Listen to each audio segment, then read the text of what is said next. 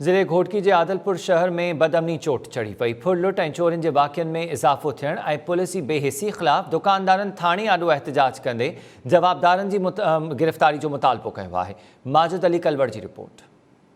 नाज़रीन नक़्तीस मौजूद आहियूं आदलपुर थाणे अॻियां, जिते दुकानदार अॻुवाणनि पारां आदलपुर थाणे अॻियां सरापा एहतजाज बणियल आहिनि। अचो त मौजूद दुकानदारनि सां ॻाल्हि ॿोल कयूं, वधीक जो छा चवणु आहे। गुज़िरियल राति मंठार मन फौजी जी चोरी थी वई आहे, जंहिंमें उनजो क़ीमती सामान जीअं दवाई जा कार्टन आहिनि, डीज़ल आहे ऐं सोलर प्लेटूं ऐं बैटरी वग़ैरह आहे ऐं ॿियो ज़रूरी सामान साईं जो गुम थी वियो आहे, खणिजी वियो आहे। असां हिन वक़्तु आदलपुर थाणे ते बीठा आहियूं।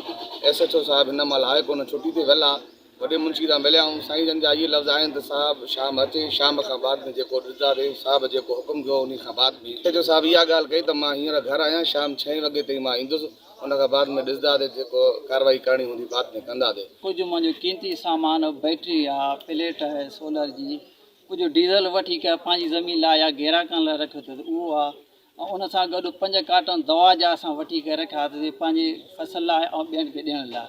इहो नामालूम अफ़राद जो कनि अॼु राति तक़रीबन 2 तारीख़ इहो जो गुन खणी आहिनि। बराए महिरबानी जेको मिसाल आहे असांजो जेके काबीना आहे असांजी सिंध जी या DC साहब आहे, मिसाल पर इहो DSP साहब आहे, इन सां गॾु असां गुज़ारिश था कयूं त जेको बि आहे जंहिंसां बि कंहिं सां बि मसइलो न थिए, जेको बि अमन हुजे।